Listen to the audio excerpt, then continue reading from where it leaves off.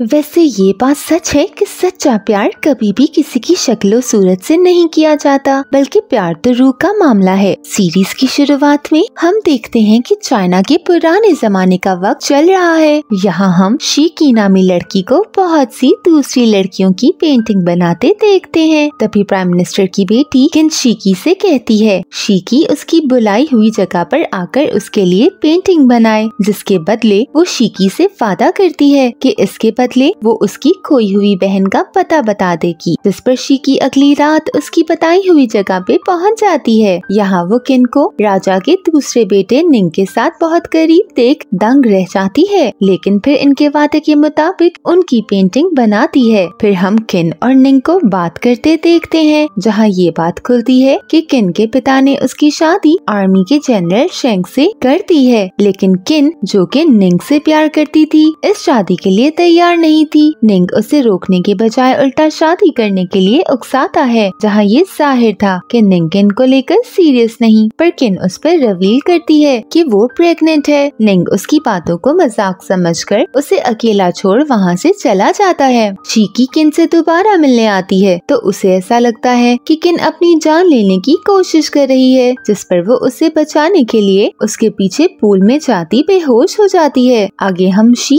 को बेहोशी की हालत में किसी बिस्तर पर लेटा देखते हैं, जिसके ऊपर किन बैठी हुई थी। इनके पीछे एक खौफनाक मास्क लगाया हुआ आदमी भी मौजूद था। शी पूरी तरह होश खोने से पहले आखिरी बात किन की ये सुनती है कि अब से शी के चेहरे की मालिक वो है, जिसके बाद शी अपनी आंखें बंद कर लेती है। जब शी को होश आता है तो वो अपने पास एक नौकरानी को खड़ा देखती है, जो उसे बार बार मिस किन कहकर पुकार रही थी। नौकरानी से पूछकर शी को पता चलता है कि वो जनरल के घर में मौजूद है, क्योंकि उसकी उससे शादी हो चुकी है। शी को अचानक पिछली रात का हादसा याद आ जाता है और वो फौरन शीशे की तरफ भागती है, जिसमें वो अपने चेहरे की जगह किन के चेहरे को देखकर परेशान हो जाती है। दूसरी तरफ जनरल शेंग को दिखाया जाता है, जो अपने असिस्टेंट के साथ उसी घर के खुफिया कमरे में मौजूद था, जहाँ वो किसी से पूछताछ कर रहा था। शी भी भागते हुए उसी कमरे तक पहुँच जाती है और वो कमरे का दरवाजा उसी वक्त खोलती है जब शेंग अपनी तलवार से सामने वाले आदमी का गला काट देता है। शी अपने मुंह पर खून के छींटे आने की वजह से डरती शेंग की बाहों में बेहोश हो जाती है। शी को जब होश आता है तो वो शेंग को अपने पास मौजूद पाती है। शेंग को देख शी माजी के किसी पल को याद करने लगती है, जिससे ये समझ आ जाता है कि शी जब अपने शरीर में थी तब वो शेंग से पहले मिल चुकी है। शी के बर्ताव से ये जाहिर था कि वो शेंग से प्यार करती है। दोनों अपनी शादी की रस्मों को पूरा करने के लिए आगे बढ़ते हैं कि शेंग को बाहर किसी की आवाज आती है। वो शी को आराम करने का बोलकर वहाँ से चला जाता है। अचानक घर में बहुत सारे कातिल घुस जाते हैं। शेंग अपने आदमियों के साथ मिलकर उन सब का मुकाबला करता है। शी कमरे के बाहर शोर सुनकर बाहर आकर हर जगह खून देख घबरा जाती है। तभी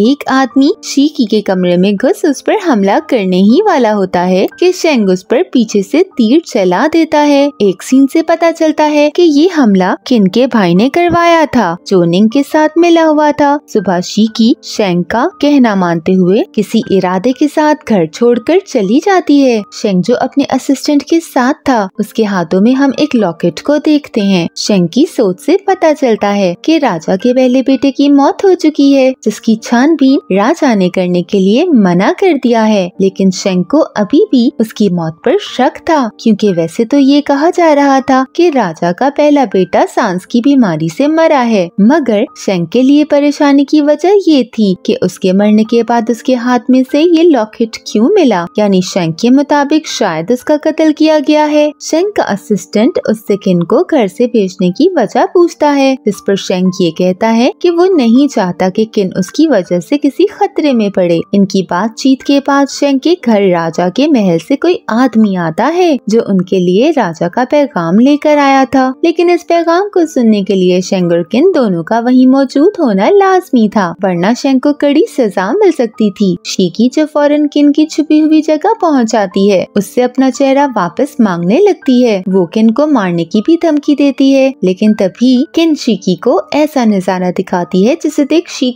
चुप हो जाती है। असल में किन ने शी को उसकी बहन दिखाई थी, जो उसकी तरफ पीठ पीट करके पानी में बैठी थी। शीकी के लिए अपनी बहन की वाहिद पहचान एक टैटू था, जो शीकी उस लड़की की कमर पर देख फौरन समझ आती है कि वही उसकी बहन है। किन शीकी को बताती है कि उसकी बहन के जिस्म पर जहर का असर हुआ है, जिसे निकालने में वो लगी हुई है। इसके बदले में शीकी को किन का कहना मानना होगा, जो ये था कि जब तक किन निंग के बच्चे को जन्म ना दे दे, तब तक शीकी को शेंग की बीवी बनकर उसके साथ रहना होगा। यहाँ एक और बात ये समझ आ जाती है कि किन अब भले ही शीकी के शरीर में मौजूद है, लेकिन वो अभी भी प्रेग्नेंट है, जिस वजह से उसने ये सारा खेल खेला है। शेंग के घर में राजा के आदमी को इंतजार करते हुए रात हो जाती है और वो गुस्से में महल लौटने ही लगता है कि शीकी घर वापस आ जाती है। शेंग उसे देखकर हैरान था, लेकिन फिर दोनों साथ राजा के पैगाम को सुनते हैं, जिसमें राजा ने शीकी को शेंग की बीवी के तौर पर स्वीकार कर लिया था। पुराने जमाने में कोई भी फैसला तब तक पक्का नहीं किया जाता था जब तक राजा उसके लिए मान ना जाए। यानी अब शीकी और शेंग की शादी पूरी तरह से मुकम्मल हो चुकी थी। अब ये बात जान लीजिए कि जब जब शीकी का नाम आएगा तब तब किन की बात होगी, क्योंकि इनके आसपास मौजूद लोगों को ये नहीं पता कि इनके शरीर अदला बदली हो चुके हैं। सबके जाने के बाद शेंग शीकी से आकर उसके वापस आने की वजह पूछता है, जिस पर शीकी कहती है कि उसने उसकी जान बचाई थी, तो शीकी कैसे उसे अकेला छोड़ सकती थी। ये बात सुनकर शेंग सदमे में आ जाता है, क्योंकि बिल्कुल यही अल्फाज उससे उस लड़की ने बोले थे जिसकी 3 साल पहले उसने जान बचाई थी। यहाँ शेंग के फ्लैशबैक में जाने से हमें नजर आता है कि शेंग बहुत सारी लाशों के बीच जमीन पर जख्मी लेटा है, जिसके पास शीकी मौजूद है, जो अपनी असली शरीर में थी। शेंग ने उसे छोड़कर जाने के लिए कहा था, लेकिन तभी शीकी ने उससे यही अल्फाज बोले थे, जिसके साथ शेंग वापस प्रेजेंट में लौट आता है। वो आहिस्ता आहिस्ता अपना हाथ शीकी की शक्ल की तरफ लाने लगता है कि वहाँ एक नौकरानी आकर इन्हें डिस्टर्ब कर देती है और शेंग पीछे हट जाता है। नौकरानी शीकी को बताती है कि उसने उसके लिए अलग कमरा तैयार कर दिया है, जिसके लिए शीकी ने ही उसे बोला था। शेंग ये सुनकर खुश नहीं होता कि शीकी अलग कमरे में सोने वाली है, लेकिन कुछ बोले बगैर अपने कमरे में चला जाता है। तभी शीकी के पास शेंग का असिस्टेंट आता है, जो उसे ये बताता है कि शेंग पहले से किसी लड़की से प्यार करता है, जिस वजह से शीकी उसके बर्ताव से ज्यादा परेशान ना हो। शेंग जो अपने कमरे में बैठा था 3 साल पहले वाले हादसे के बारे में सोचता हुआ नजर आता है और यहीं आखिर पूरी कहानी खुल जाती है। हम देखते हैं कि 3 साल पहले कुछ गुंडों ने एक गांव पर हमला कर दिया था, जिन्हें बचाने शेंग अपने आदमियों के साथ पहुंचा था, लेकिन तब तक आधे से ज्यादा लोग मर चुके थे। तभी शेंग की नजर एक लड़की पर पड़ती है, जिसे किसी गुंडे ने पकड़ा हुआ था। शेंग उस गुंडे को पीछे हटने के लिए कहता है, लेकिन उल्टा वो शीकी को सामने करते हुए खुद उसके पीछे हो जाता है, ताकि शेंग उस पर तीर न चला पाए। शेंग शीकी को उस पर भरोसा करने के लिए कहते हुए तीर चला देता है, जो सीधा गुंडे को जाकर लगता है। इसके बाद फौरन शेंग आकर शीकी की उठने में मदद करता है और दोनों बस एक दूसरे को देखते रह जाते हैं। अचानक कोई शेंग पर जहरीले तीर से हमला कर देता है। शेंग शीकी को उसे अकेला छोड़ने का कहता है, लेकिन शीकी उल्टा उसे बचाने के लिए एक लकड़ी के टुकड़े को लेकर आती है, जिस पर वो शेंग को लिटाते हुए खींचकर डॉक्टर के पास ले जाने लगती है। शीकी की ही मेहनत से शेंग की जान बच पाई थी, लेकिन शेंग के ठीक होने पर वो उसे नहीं मिली। न ही दोनों एक दूसरे का नाम जानते थे, बस दोनों एक दूसरे से प्यार कर बैठे थे। प्रेजेंट में निंग उसे एक जगह ले आता है जहाँ लड़कियों को बेचा जाता था। वहाँ उसकी टक्कर किन से हो जाती है, जो शीकी के शरीर में थी। निंग को उसकी खूबसूरती बहुत पसंद आ जाती है और वो उसे खरीद लेता है, जिससे किन दिल ही दिल में खुश नजर आती है। शेंग को उसके असिस्टेंट से पता चलता है बाऊ दोबारा स्कूल से भाग गई है, जिसका सुनकर शेंग परेशान हो जाता है। वहीं दूसरी तरफ शीकी जो अपने कमरे में बैठी थी, उसके पास बाऊ आती है, जो शीकी से बात करने लगती है। शीकी इस बात से सोच में नजर आती है कि बाऊ शेंग को बार बार पिताजी कहकर क्यों बुला रही है। तभी इन्हें शेंग की आवाज आती है, जो बाऊ को ढूंढ रहा था। बाऊ फौरन शीकी की गोद में चढ़ जाती है। शेंग कमरे में आते हुए बाऊ को शीकी से अलग करने की कोशिश करता है और इस चक्कर में शीकी के कपड़े फट जाते हैं। शेंग फौरन अपनी नजरें मोड़ते हुए बाऊ को शीकी के पास ही छोड़कर जल्दी से कमरे से बाहर निकल जाता है, जिसके बाद बाऊ शीकी को ये कहती है कि वो उसे अपनी माँ के तौर पर स्वीकार करती है। शीकी बाऊ के साथ वक्त गुजारने लगती है और उसे अपनी नौकरानी से पता चलता है कि बाऊ के पिता सिपाही थे, जिन्होंने लड़ते हुए अपनी जान गंवा दी। शेंग को बाऊ पर तरस आ गया, जिस वजह से शेंग ने उसे अडॉप्ट कर लिया। ये सब जानने के बाद शिकी के दिल में शेंग के लिए इज्जत और भी ज्यादा बढ़ जाती है। बाओ शिकी को अपने साथ गार्डन में टेंट लगाकर उसमें खेलने के लिए ले आती है, जहाँ वो शेंग को भी बुलाती है। चालाक बाओ जानबूझकर शेंग को शिकी के करीब बिठाते हुए उन्हें कोई कहानी सुनाने के लिए कहती है, जिसके लिए शेंग मान जाता है। लेकिन उसकी कहानी के बीच में ही शिकी और बाओ दोनों सो जाते हैं। शेंग शिकी को घूरने लगता है, तभी उसकी नजर शिकी के कंधे पर मौजूद एक जख्म पर पड़ जाती है, जो बिल्कुल वैसा ही था जैसा 3 साल पहले जिस लड़की ने उसे बचाया था उसके कंधे पर मौजूद था। ये देख शेंग हैरान रह जाता है। तभी शिकी की आंख भी खुल जाती है, लेकिन इससे पहले दोनों और कोई बात कर पाते, वहाँ राजा के महल से एक आदमी इनके लिए खास राजा की भिजवाई हुई वाइन लेकर आ जाता है। शेंग और शिकी साथ बैठकर उस वाइन को पीते हैं, जिसके बाद शिकी वहाँ से जाने ही लगती है कि शेंग उसे रोक लेता है। वो उससे सवालात करने लगता है, जहाँ वो जानना चाहता था कि अगर शिकी ही वही लड़की है। शिकी उसकी बातों को लेकर इमोशनल हो जाती है, लेकिन तभी उसकी नजर पास मौजूद शीशे पर पड़ती है, जिसमें अपनी शक्ल देख शिकी उसे मना कर देती है कि उसे गलतफहमी हुई है। शेंग उससे माफी मांगकर जाते हुए ये कहने लगता है कि उसे उस लड़की की शक्ल तो याद नहीं, लेकिन वो उसके दिल में जरूर है। ये सुनकर शिकी अपने आप को रोक नहीं पाती और शेंग को गले लगा लेती है। वो शेंग को किस भी कर देती है और दोनों रात साथ गुजारते हैं। सुबह दोनों ही एक दूसरे से नजरें नहीं मिला पाते। शिकी को लगता है कि जो सब उनके बीच हुआ वो इस वजह से था क्योंकि दोनों ही नशे में थे। वो शेंग को सब कुछ भूलने के लिए कह देती है, जिस पर शेंग उदास नजर आता है। फिर शिकी अपनी दोस्त से मिलने आ जाती है, जिसे वो सब सच बताती है। शिकी कुछ ऐसी बातें भी कहती है जिससे उसकी दोस्त को यकीन हो जाता है कि वो शिकी ही है। शेंग का असिस्टेंट शिकी पर भरोसा नहीं करता था, क्योंकि उसे लग रहा था कि प्राइम मिनिस्टर ने अपनी बेटी को जानबूझकर शेंग के पास भेजा है ताकि वो शेंग से राजा के पहले बेटे का लॉकेट चुरा सके। वो शेंग को सावधान रहने के लिए कहता है, लेकिन शेंग को शिकी पर पूरा भरोसा था, जिसे देख उसका असिस्टेंट सारा मामला अपने हाथ में लेने का फैसला करता है। अगले दिन वो शिकी के पास आता है, जहाँ वो जानबूझकर शिकी के सामने लॉकेट गिराते हुए उसे एक डिब्बे में करके वहीं शिकी के कमरे में रह जाता है, जहाँ वो ये भी बता देता है कि ये राजा के पहले बेटे के पास से मिला था। शिकी बहुत सोचने के बाद निंग के पास खत भिजवाती है, जिसमें उसने लिखा था कि उसे लॉकेट मिल गया है। शिकी ये सब किन के कहने पर कर रही थी। निंग शिकी को कहीं मिलने का पता देता है, जहाँ जाने के लिए वो लॉकेट के साथ निकल जाती है। पीछे शेंग का असिस्टेंट उसे लॉकेट वाला खाली डब्बा दिखाता है, जिस पर शेंग को भी अपनी आंखों पर यकीन नहीं आता। शिकी निंग के सामने लॉकेट रख देती है, जिसे देखकर निंग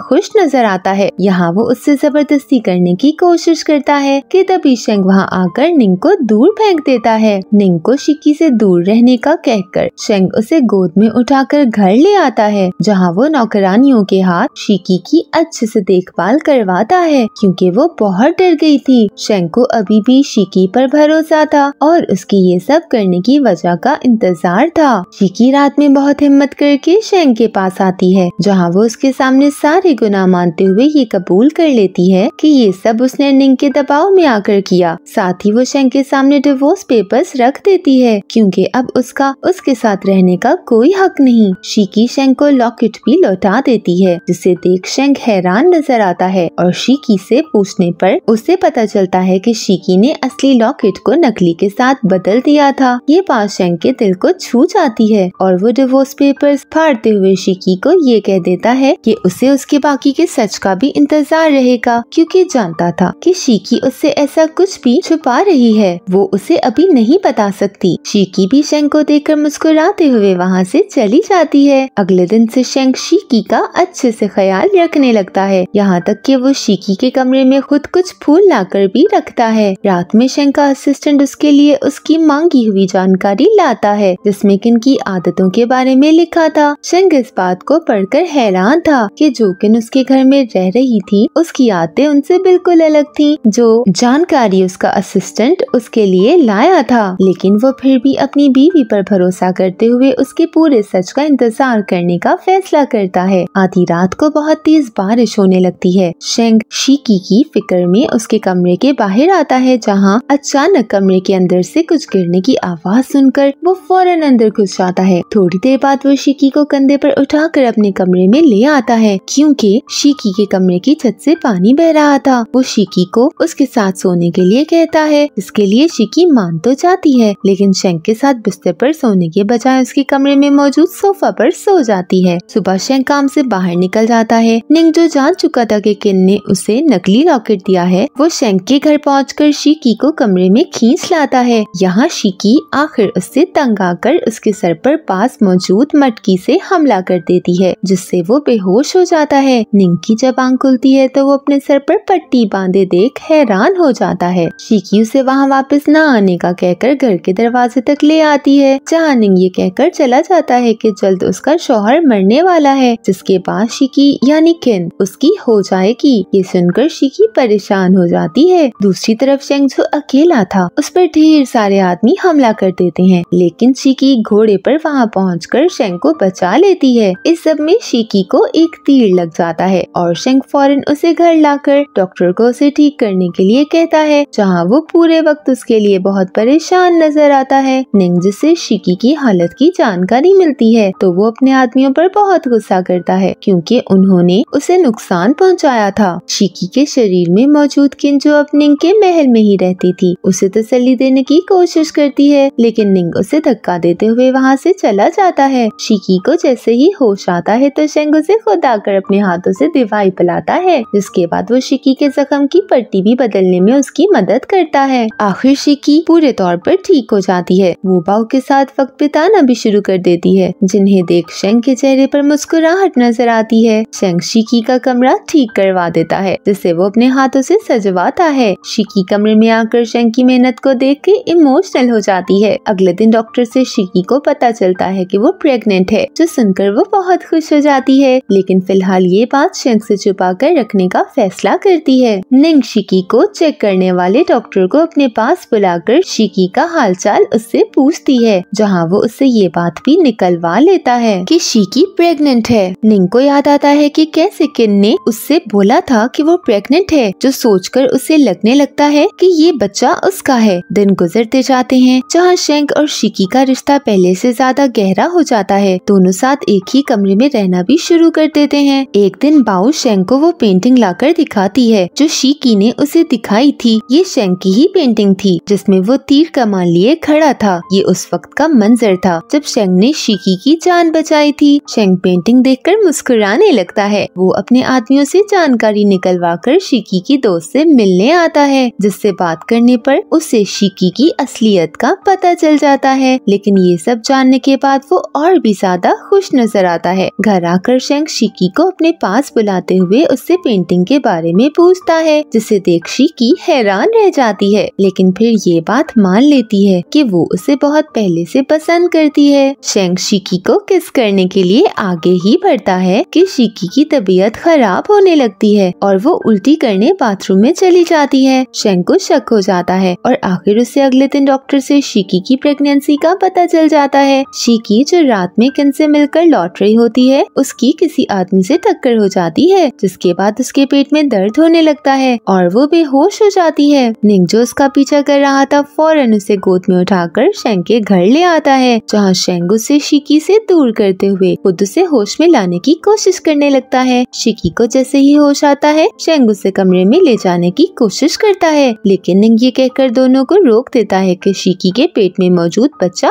उसका है। वो शीकी को भी सबको सच बताने के लिए कहने लगता है, लेकिन यहाँ आकर शीकी ये राज खोल देती है कि वो किन नहीं है। निंग को अपने कानों पर विश्वास नहीं होता। वो पागलों की तरह वहाँ से भाग जाता है। डॉक्टर शीकी को चेक करने के बाद कुछ दवाइयाँ देता है, जिसके बाद शीकी शेंग को उसके और किन के बीच का सारा हादसा बता देती है। वो उसे अपनी बहन के बारे में भी बताती है, जहाँ सब जानने के बाद शेंग उसे गले लगा लेता है। शीकी की आंखों में भी आंसू मौजूद थे, लेकिन वो खुश नजर आती है। शेंग लॉकेट का राज खोज लेता है, जिसे प्लान के मुताबिक शीकी किन के पास लेकर आती है। वो उसे बताती है कि ये लॉकेट निंग का है और राजा के सारे बेटों के पास ऐसा खास लॉकेट मौजूद है, जिसका मतलब ये कि निंग कत्ल में शामिल है। किन लॉकेट को तोड़कर शीकी पर हमला करने की कोशिश करती है। शेंग किन को वक्त पर रोक लेता है, जहाँ निंग भी मौजूद था। उसे भी असल किन का पता चल जाता है। शीकी शेंग को अपने साथ अपनी बहन के पास लाती है, जिसे दोनों उसी मास्क पहने आदमी का कत्ल करते हुए देखते हैं, जिसने शीकी और किन की अदला बदली की थी। शीकी अपनी अपनी बहन को घर तो ले आती है, लेकिन वो किसी को अपने करीब नहीं आने देती। शिकी उससे प्यार से बात करती है, जिससे आखिर शिकी को एक सदमा देने वाली बात पता चलती है कि वो लड़की शिकी की बहन नहीं बल्कि असल किन है। अब यहाँ कहानी के राज खुलने शुरू होते हैं कि कैसे बहुत साल पहले शिकी की बहन से किन को अगवा करते हुए उसके शरीर के साथ अदला बदली की थी, जिसके बाद उसने किन को कैद में रखा। शिकी को समझ आ जाता है कि वो अब तक जिससे मिल रही थी